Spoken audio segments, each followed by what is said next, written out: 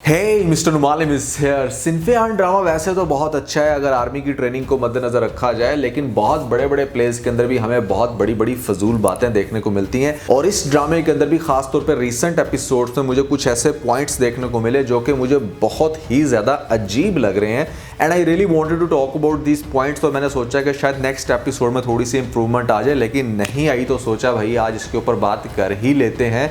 क्या है भैया ये बातें और किस तरह से ये मुझे इरिटेट कर रही है। आई एम श्योर कि आप में से भी बहुत सारे लोगों को बॉदर कर रही होंगी। तो भैया काफ़ी इंटरेस्टिंग होने वाली आज की वीडियो। जिन्हें लोग आए मेरे चैनल पर जल्दी से दबा दें सब्सक्राइब का बटन, प्राण लो जैसे कहते हैं इंस्टाग्राम पे फॉलो @नुमालिम, क्योंकि आपके सभी क्वेश्चंस के आंसर मैं वहां पर करने वाला हूँ। वीडियो करते जिस लगता है हम स्टार्ट कर सकें बहुत ही सुपर डुपर रिव्यू। तो चलिए आगे बढ़ते हैं।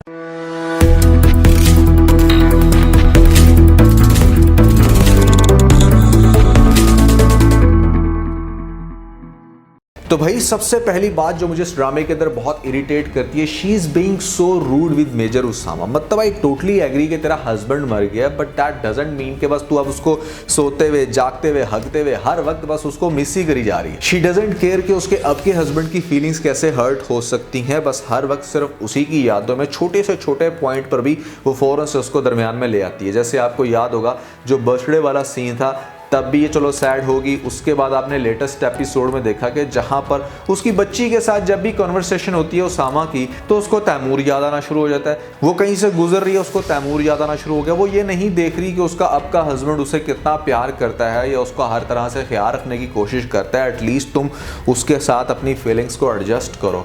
ये क्या मतलब उसने तुम्हारा हाथ पकड़ा तो तुम हाथ छुड़ा के आगे आगे चलने लग पड़े। बड़ा ही एक अजीब स्टूपिड सा बिहेवियर मुझे लगता है मतलब किरण का। यहाँ पर आपने टीजर में भी देखा कि जहां पर उसकी मां है जो तैमूर की, वो डेफिनेटली अपने शहीद बेटे के बारे में ही बातें करेगी, लेकिन उसको उससे भी प्रॉब्लम है और अपने हस्बैंड को कहती है कि आप उसकी बातें मेरे सामने ना किया करें। यार चलो एक दो एपिसोड्स में आप दिखा देते हैं किरण का ये बिहेवियर, लेकिन जब से ये ड्रामा स्टार्ट हुआ तब से उसका एक ही मोड है कि मतलब हर वक्त वो बेचारी डिसहार्ट है, परेशान है और उसको देख के इरिटेशन सी होती है। खास तौर पर उसको जितना ब्यूटीफाई करके दिखाया गया जैसे बड़ी खूबसूरत लड़की है, लेटेस्ट एपिसोड में भी देखने को मिला कि उसकी कुछ ज़्यादा ही तारीफें हो रही है, जबकि वो इतनी को दिखने में खूबसूरत है नहीं। और वैसे भी यार आर्मी में जाके अगर आपका कोई बंदा शहीद हो जाता है तो उसकी फैमिली कभी भी उसको लेकर रिग्रेट में नहीं रहती। मैंने एटलीस्ट अपनी ज़िंदगी में ऐसी कोई भी फैमिली नहीं देखी कि जिनका बेटा, बाप, भाई कोई भी आर्मी के अंदर शहीद हुआ और वो बैठे में वो गम में कि हाय हाय हमारे पास तो वो बंदा अब नहीं रहा। तो इस तरह का एटीट्यूड अच्छा नहीं लगता। दूसरी बात जो मुझे ड्रामे की बुरी लग रही है वो ये कि यहाँ पर ना बहुत ज़्यादा दिखाया जा रहा है कि जैसे लड़कियों को ना बस शादी नहीं करनी, बस फौज के अंदर चला जाना है ट्रेनिंग करने।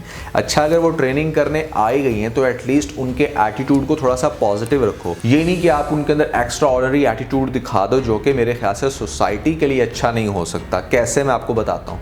सबसे पहले तो आप एक एक कैरेक्टर के बिहेवियर को अंडरस्टैंड करने की कोशिश करें। हर कैरेक्टर ने अपने फियांसी के साथ शादी को अपनी पे रखती है, जिसमें पहले अगर हम जिक्र करें शाइस्ता का, तो शाइस्ता का उसके कजन कामिल के साथ जो रिश्ता जुड़ा हुआ था वो उसके साथ रिश्ता तोड़ना चाहती है अब। और वो ये कह रही है बड़े धड़ल्ले से कि चूंकि उसकी तालीम मुझसे ज़्यादा नहीं है, वो एजुकेटेड नहीं है, रिगार्डलेस ऑफ के वो कितना प्यार करता है या नहीं, उसने तुम्हें आर्मी की ट्रेनिंग तक छोड़ने के लिए गया। She doesn't care about anything, उसको बस अब रिश्ता तोड़ना है क्योंकि उसने आर्मी को ज्वाइन कर लिया, उसकी लाइफ का स्वैग बढ़ गया। I mean what the hell is this. Mahjabeen के फियांसी को एक अच्छा खासा डिसेंट बंदा दिखाया गया था और उसको वो हर तरह से सपोर्ट भी कर रहा था। तो फिर महाजबीन का बिहेवियर भी आप ऐसा क्यों दिखा रहे हो कि जहां पर वो बस आप फौज की ट्रेनिंग पे फोकस रखना चाहती है। अगर वो उससे शादी की बात कर रहा है टीजर में, तो आगे से वो उसके अंदर कोई इंटरेस्ट नहीं शो करा रही या वो इस तरह से अपने बिहेवियर को रखती है कि मतलब शादी जो है ना वो अब बहुत ही सेकेंडरी मामला है, अब उसके ऊपर तो हम फोकस फिलहाल नहीं करेंगे। इसी तरह अब अगर आप राबिया जो भी इसका नाम है उसको देखो, तो वो भी अपने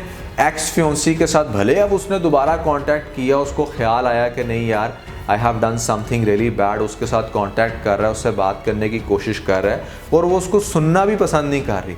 मतलब शी डजंट केयर कि वो क्या कह रहा है, क्यों कह रहा है, बस वो अब सख्त हो गई है। बस उसके माइंड में एक चीज़ आ गई है कि मुझे ट्रेनिंग करनी है, I don't want to go for marriage thing. देखिए लोग ज़िंदगी में मिस्टेक्स करते हैं, बट इसका मतलब कभी भी ये नहीं होता कि अगर कोई इंसान दोबारा आपकी लाइफ में आ रहा है या आपको अप्रोच कर रहा है तो वो अभी भी वैसा ही होगा।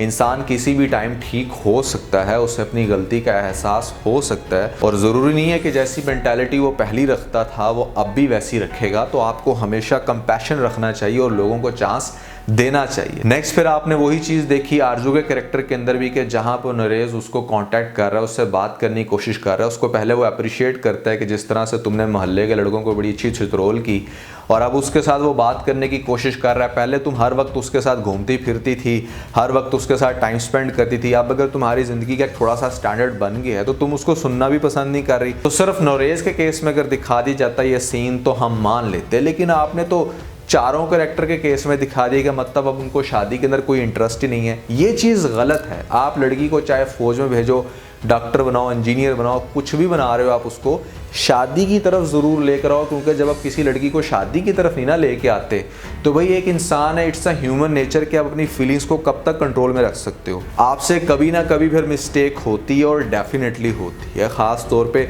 24-25 साल की उम्र के बाद। तो मतलब बिल्कुल भी अगर आपका पार्टनर नहीं है तो आपसे कुछ ना कुछ गलत ज़रूर हो जाता है। और एक और मैं प्रो टिप यहाँ पर तमाम गर्ल्स को देना चाहूँगा, क्योंकि मेरी कोशिश होती है कि मैं साथ साथ आप लोगों को एजुकेट भी करूँ। तो जैसे आपको दिखाया गया इस ड्रामे के अंदर के लड़कियां सारी बहुत एटीट्यूड में आ गई हैं। Yes, there is no doubt कि लड़के उन लड़कियों के पीछे बहुत भागते हैं जो अपने एटीट्यूड को बड़ा मेंटेन रखती हैं और बड़ा टॉर में रहती हैं कि हाँ भाई वो तो किसी को मुंह नहीं लगाती। लेकिन एक बात मेरी याद रखना, लड़के आपके पीछे भागेंगे तो ज़रूर, लेकिन सिर्फ तब तक जब तक वो आपके एटीट्यूड को ब्रेक नहीं कर देते।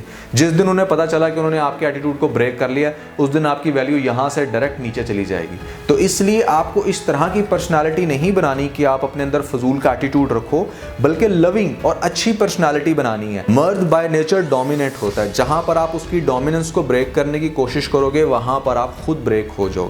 आप सिर्फ मर्द का दिल प्यार से जीत सकते हो, उसका साथ सारी जिंदगी अगर रखना चाहते हो तो ये चीज़ सिर्फ प्यार से पॉसिबल है।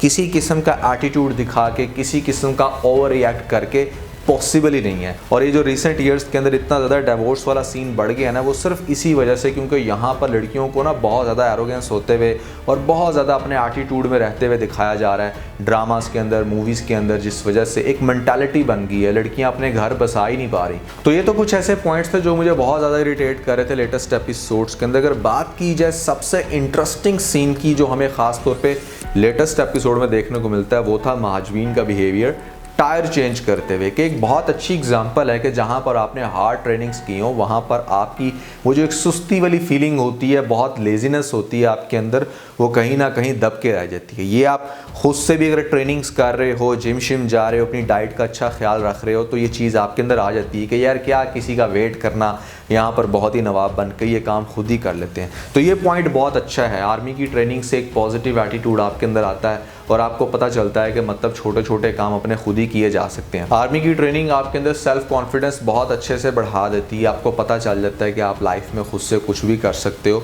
अपनी फैमिली को सपोर्ट कर सकते हो। आरजू के केस के अंदर ये चीज़ मुझे बहुत अच्छी लगी। अब वो अपना घर भी चेंज कर रही है, तो अच्छे पॉइंट भी हैं, बहुत ज़्यादा पॉइंट है इनफैक्ट इस ड्रामे के अंदर। और ओवरऑल मुझे ये ड्रामा बहुत अच्छा लग रहा है। स्टार्ट में कुछ एतराज़ात थे जिनको मैंने डिस्कस किया, लेकिन मज़ीद जो चीज़ें माइंड में ही मैंने आप लोगों को बता दिया। आप लोगों के माइंड में अगर कोई बात हो तो ज़रूर बताएगा नीचे मुझे कमेंट सेक्शन में। और इसके अलावा भैया मैंने आप लोगों को बताए हैं 10 ऐसे ड्रामे जिनका आपको बार बार देखने को दिल करेगा। तो भैया वो कौन से ऐसे 10 ड्रामे हैं, ऊपर आप लोगों को लिंक मिल जाएगा। जल्दी से लिंक पे क्लिक करके वीडियो देख के अपना फीडबैक मुझे जरूर दीजिएगा। तो आज के लिए बस इतना। अगर आपको इस वीडियो के अंदर कोई एक पॉइंट पसंद हो तो आप इस वीडियो को लाइक जरूर कीजिएगा। अपने दोस्तों के साथ ज़्यादा से ज़्यादा वीडियो को शेयर करने की कोशिश करें, स्पेशली उन दोस्तों के साथ जो पाकिस्तानी ड्रामास के बहुत बड़े फैन हैं। वीडियो चल गई तो सब्सक्राइब बटन के ऊपर जरूर क्लिक कीजिएगा और कमेंट सेक्शन में मुझे अपना फीडबैक देना मत भूलिएगा। और ये सारे काम करने के बाद आप बेल आइकन प्रेस कर लीजिएगा ताकि लेटेस्ट अपडेट आप लोगों को सबसे पहले मिल सके। इसके साथ बहुत सारा ख्याल रखें। Stay motivated and God bless you.